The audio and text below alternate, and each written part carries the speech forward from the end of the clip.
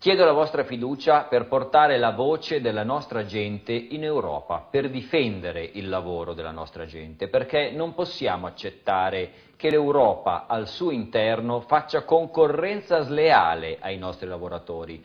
Devo ricordarvelo? Il caso dell'Indesit di None, che grazie a contributi europei, quindi soldi pagati anche dai cittadini italiani, poteva chiudere per trasferirsi in Polonia, altro paese della Comunità Europea. È giusto, secondo voi, che l'Europa finanzi delle aziende italiane perché chiudano in Italia e aprano in altri paesi della Comunità? Secondo noi della Lega Nord, no. Secondo noi, se ci sono dei paesi più poveri, vanno aiutati, ma creando lavoro sul posto oppure aiutando aziende che aprono nuovi stabilimenti e assumono nuovo personale. È impensabile che per aiutare altri paesi si chiudano stabilimenti produttivi nel nostro paese.